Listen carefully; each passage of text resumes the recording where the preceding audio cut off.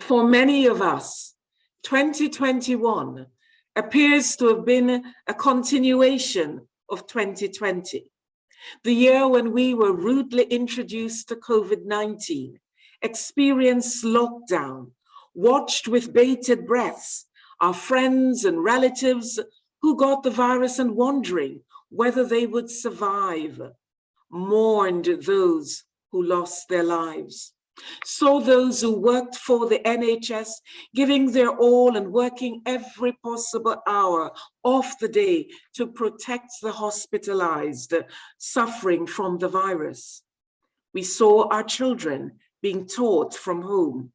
We complied with wearing masks, encouraged our friends, our families, and those in the communities to take the vaccine so that we and others could remain safe.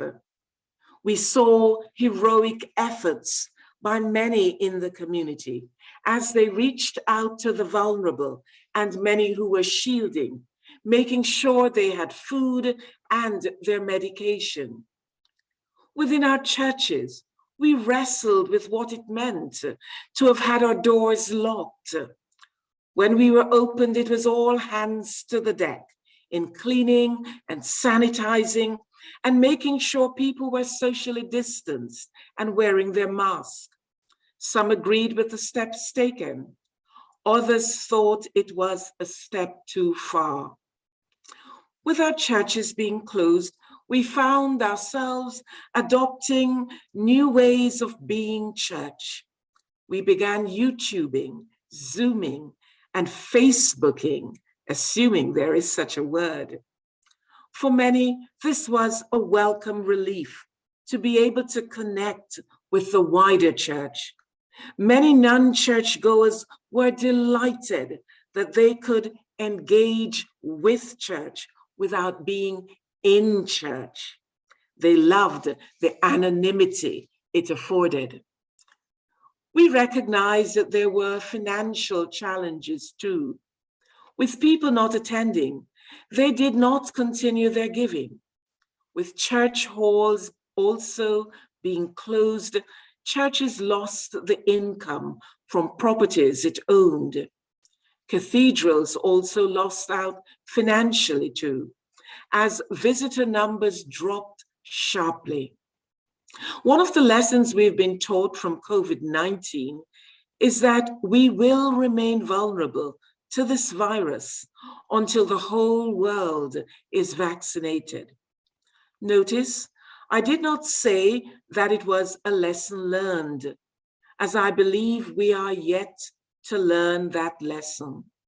Even as we try to encourage the home crowd to take their booster, we're still forgetting the rest of the world.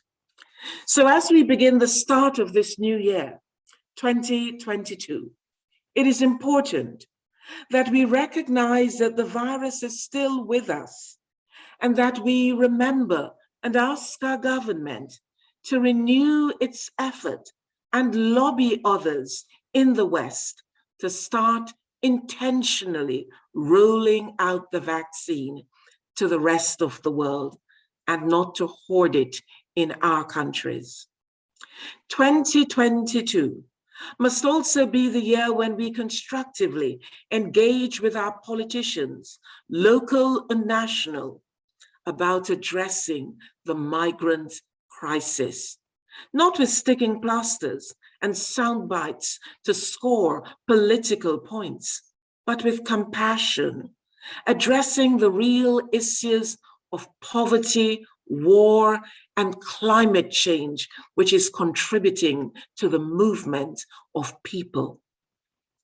If this new year is going to mean something for us of significance, then we will need to reimagine ourselves anew and not model ourselves on last year. We will need to commit ourselves to creating the change we want to see in our communities, our country, our world, and our church. I want to see that change.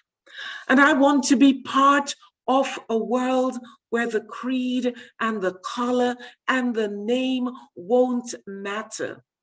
We will just respond to each other's humanity with love and generosity.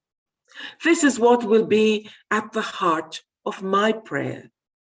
As I study the scripture, I will look for examples of God's people modeling love, forgiveness, compassion, and generosity. And then I will commit to sharing that good news in words and deeds with all. I wish you joy and happiness for this new year.